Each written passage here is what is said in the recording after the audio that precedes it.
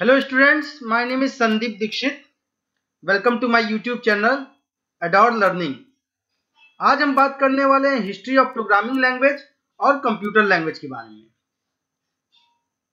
So student, सबसे पहला question हमारे दिमाग में ये आता है, what is language? So language is a medium to express our views and feelings. For example, अगर हमको एक दूसरे से कम्युनिकेट करना है तो हम लोग फॉर्मल लैंग्वेज का यूज करते हैं, दैट इज इंग्लिश और हिंदी। बट अगर हमको कंप्यूटर से कम्युनिकेट करना है देन तो computer understand the programming language और machine language. Now the question come, what is programming language? To communicate with a computer we need a language that a computer understand is called programming language. Programming language is a computer language designed to communicate with a computer. So आज हम लोग इन्हीं programming language की history के बारे में बात करेंगे और इनको एक एक करके इनके जनरेशंस को देखेंगे और उनको डिस्क्राइब करेंगे। तो आइए शुरू करते हैं। So programming language is a computer language designed to communicate with a computer. यहाँ पे मैंने प्रोग्रामिंग लैंग्वेज को टू पार्ट्स में डिवाइड कर दिया है अच्छे से समझने के लिए। First one is low level language और next one is high level language. First two generations of the programming language is called the low level language और next three generations of programming language is called the high level language. तो इन सारे programming language के generations को हम लोग एक एक करके डिस्कस करेंगे और इनको डीपली समझेंगे कि इनकी एडवांटेजेस क्या थी, इनकी डिसएडवांटेजेस क्या थी, जिसकी वजह से ये जनरेशंस ऑफ लैंग्वेजेस आते गए। ठीक है स्टूडेंट्स, तो सबसे पहले हम लोग बात करेंगे, सबसे पहले हम लोग बात करते हैं प्रोग्रामिंग जनरेशन लैंग्वेज की, जिनको हम लोग बाइनरी लैंग्वेज या मशीन लैंग्वेज भी बोलते हैं। जैसा कि हम जानते हैं कि कंप्यूटर जो हमारा होता है वो मशीन लैंग्वेज ही समझता है, इसलिए अगर हम लोग मशीन लैंग्वेज में प्रोग्रामिंग करते हैं तो वो बहुत ही इजी हो जाता है उसके लिए। नेक्स्ट जो हमारा मशीन लैंग्वेज होता है वो 0 and 1 के फॉर्म में यहाँ पे होता है, जिनको कि हम लोग बाइनरी फॉर्म बोलते हैं। यहाँ पे जो 0 होता है वो डिनोट करता है ऑफ और यहाँ पे जो 1 होता है वो डिनोट करता है ऑन।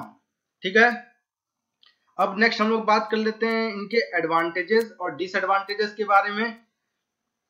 तो जैसा कि हम लोग जानते हैं कि कंप्यूटर हमारा अंडरस्टूड करता है मशीन लैंग्वेज, जिसकी वजह से हम लोग को कोई भी कन्वर्जन करने की जरूरत नहीं पड़ती। जिस फॉर्म में हम लोग प्रोग्रामिंग लिखते हैं वो उसी फॉर्म में उसको एग्जीक्यूट करता है, जिसकी वजह से उसकी जो स्पीड होती है वो बहुत ही हाई होती है और जो मेमोरी यूटिलाइजेशन होता है वो बहुत ही कम होता है। नेक्स्ट हम बात कर लेते हैं डिसएडवांटेजेस की। तो डिसएडवांटेज इसका ये होता है कि जो हमारी मशीन लैंग्वेज होती है वो बहुत ही डिफिकल्ट होती है उसमें प्रोग्रामिंग करना और उसको समझना, क्योंकि वो 0 and 1 के ही फॉर्म में होता है। ठीक है, तो ये बहुत टफ हो जाता है किसी भी प्रोग्रामर के लिए इस टाइप की प्रोग्रामिंग करने के लिए।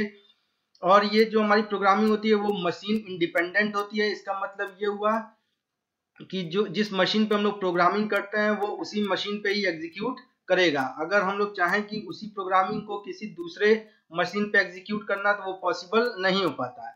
और बाई चांस अगर हमारी प्रोग्रामिंग में कोई बग आ गया या फिर उसके बाद कोई एरर आ गई तो उनको बहुत ही डिफिकल्ट होता है फाइंड आउट करने के लिए। फॉर एग्जाम्पल, अगर मान लीजिए कि हमको अपनी प्रोग्रामिंग में हेलो वर्ल्ड प्रिंट करना है तो हमको इतनी लाइन ऑफ कोडिंग 0-1 के फॉर्म में लिखना होगा, जो कि आप यहाँ पे देख सकते हैं। ठीक है, अब इसमें समझ लीजिए कि आपको अगर कोई डिबग करना होगा तो कितना मुश्किल है। ठीक है, और इनको याद करना होगा, इनको प्रिंट करना होगा तो कितना मुश्किल है। तो इसीलिए ये क्या होता है, बहुत ही डिफिकल्ट होते थे। ठीक है, तो इसी को ओवरकम करने के लिए हमारी second generation of programming language I. So students, अब हम लोग बात करते हैं सेकंड जनरेशन ऑफ लैंग्वेज की, जिसके अंदर हमारा आता है असेंबली लैंग्वेज। ये जो हमारा असेंबली लैंग्वेज होता है ये बेसिकली यूज करता है मैनिमोनिक कोड्स और symbols in place of 0 and 1। Means binary form में हम लोग क्या लिखते हैं, 0 and 1 के फॉर्म में प्रोग्रामिंग लिखते हैं, लेकिन असेंबली लैंग्वेज में हम लोग मैनिमोनिक कोड्स या सिंबल्स के फॉर्म में प्रोग्रामिंग को लिखते हैं। फॉर एग्जाम्पल मान लीजिए कि अगर मुझको बाइनरी में ऐड लिखना है तो उसके लिए हम लोग लिखेंगे 0010, लेकिन अगर हम लोग को यही असेंबली लैंग्वेज में लिखना होगा तो हम लोग डायरेक्टली वहां पे ऐड लिख सकते हैं। नेक्स्ट, जो हमारा असेंबली लैंग्वेज होता है वो as compare to binary language थोड़ा सिंपल होता है, ठीक है। लेकिन जैसा कि हम लोग जानते हैं कि जो हमारा कंप्यूटर होता है वो बस मशीन लैंग्वेज ही समझता है, तो इसका मतलब ये हुआ कि जो हमारे असेंबली लैंग्वेज है उनको कन्वर्ट करना पड़ता था मशीन लैंग्वेज में। तो जो असेंबलर्स होते थे वो हमारे यूज होते थे हमारे असेंबली लैंग्वेज को कन्वर्ट करने के लिए मशीन लैंग्वेज में, ठीक है। नेक्स्ट हम लोग इसकी बात कर लेते हैं एडवांटेजेस और डिसएडवांटेजेस के बारे में। सबसे पहले हम लोग बात करते हैं एडवांटेज के बारे में।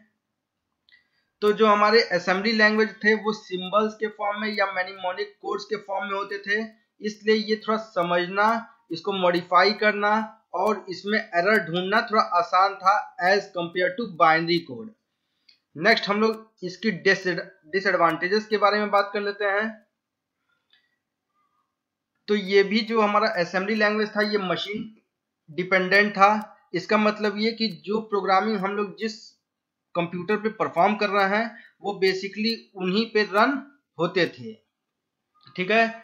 और इस पे भी प्रोग्रामिंग लिखना बहुत ही टाइम कंज्यूमिंग था, ठीक है। मीन्स बहुत टाइम लगते थे इस पे प्रोग्रामिंग करने के लिए, क्योंकि हम लोग को उसके सॉफ्टवेयर के साथ साथ में उनके हार्डवेयर की नॉलेज होनी चाहिए थी, उस मशीन के हार्डवेयर की नॉलेज होनी चाहिए। फॉर एग्जाम्पल अगर मैं हेलो वर्ल्ड का आपको प्रोग्रामिंग दिखाऊं असेंबली लैंग्वेज में, तो ये मैंने यहाँ पे हेलो वर्ल्ड की प्रोग्रामिंग आपके स्क्रीन पे लिखी हुई है। अब आप इसको देख के समझ सकते हैं, ठीक है, कि उस समय पे असेंबली लैंग्वेज में प्रोग्रामिंग करना कितना मुश्किल था, लेकिन ये फिर भी थोड़ा मोड़ा अंडरस्टूड लैंग्वेज है, ठीक है। अब बात आती है कि इसीलिए इस फॉर्म ऑफ लैंग्वेज को भी हम लोग लो लेवल लैंग्वेज की कैटेगरी में ही रखते हैं, ठीक है। इन्हीं सब प्रॉब्लम्स को फिर ओवरकम करने के लिए हमारी third generation of programming language I. So students अब बात करते हैं हम लोग थर्ड जनरेशन लैंग्वेज की, that is high level language. ये जो हमारी लैंग्वेज थी वो सिंपल और यूजर फ्रेंडली लैंग्वेज थी, बिकॉज ये यूज करते थे इंग्लिश वर्ड्स और मैथमेटिकल ऑपरेटर्स अपनी प्रोग्रामिंग में, इसीलिए इनको हम लोग क्लोज टू ह्यूमन लैंग्वेज भी कहते हैं। इसमें प्रोग्रामिंग करना बहुत ही आसान था और इनको सीखना भी बहुत ही इजी था, इसीलिए large number of people start writing computer program using this third generation language. बात करते हैं कुछ एग्जांपल्स की हाई लेवल लैंग्वेज की, दैट इज C++ एंड जावा। ये हमारी मोस्ट पॉपुलर लैंग्वेज है। इनके अलावा भी कुछ लैंग्वेजेस हैं जैसे कि कोबॉल, फोर्ट्रॉन, ठीक है। अब जो ये हमारी हाई लेवल प्रोग्रामिंग लैंग्वेजेस हैं वो बेसिकली कन्वर्ट होती है मशीन लैंग्वेजेस में।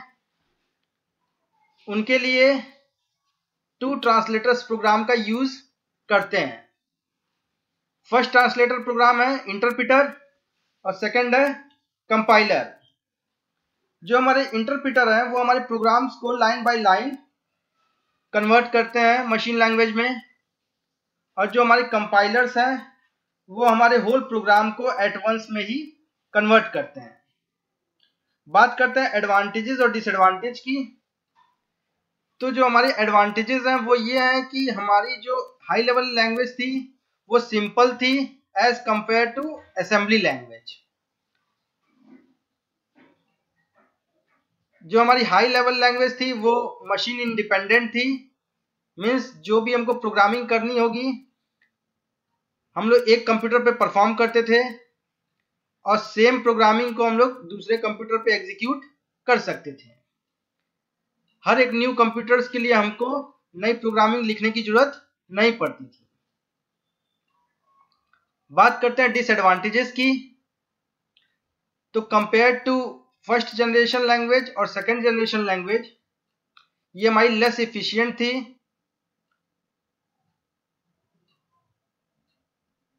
कंप्यूटर टाइम ज्यादा लगता था इसमें मशीन लैंग्वेज में कन्वर्ट करने के लिए।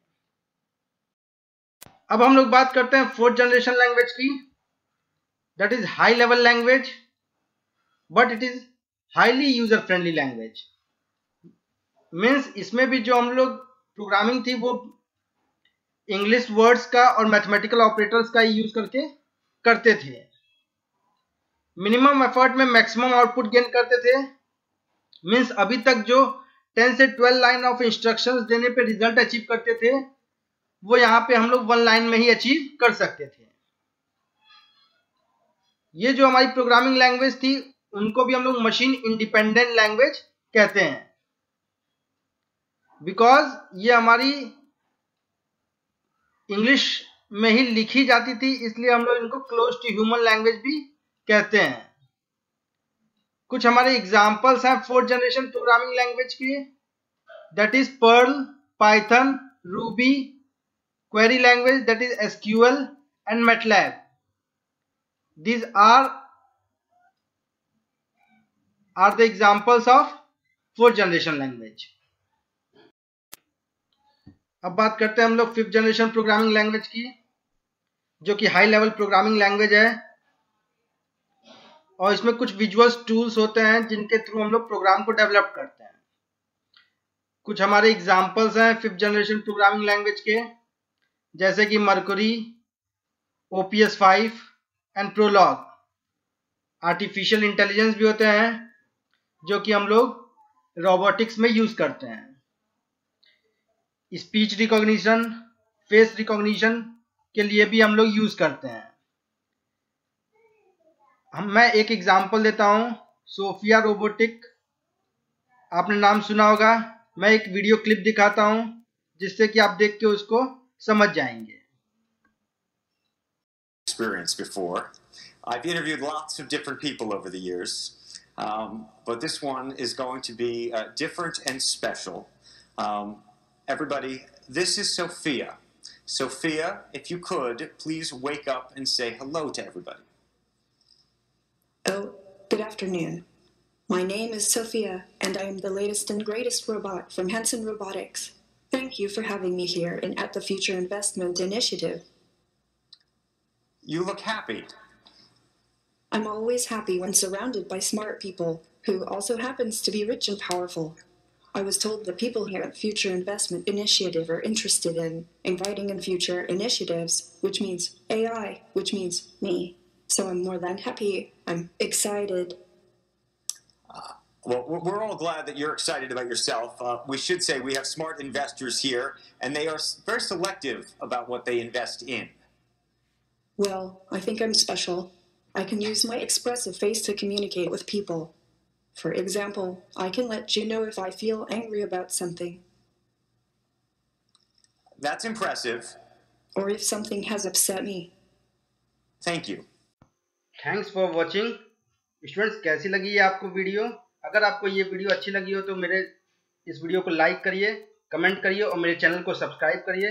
अगर आपको कोई प्रॉब्लम है तो वो भी आप कमेंट में लिख सकते हैं। मिलते हैं नेक्स्ट वीडियो में। Till then, good bye and take care.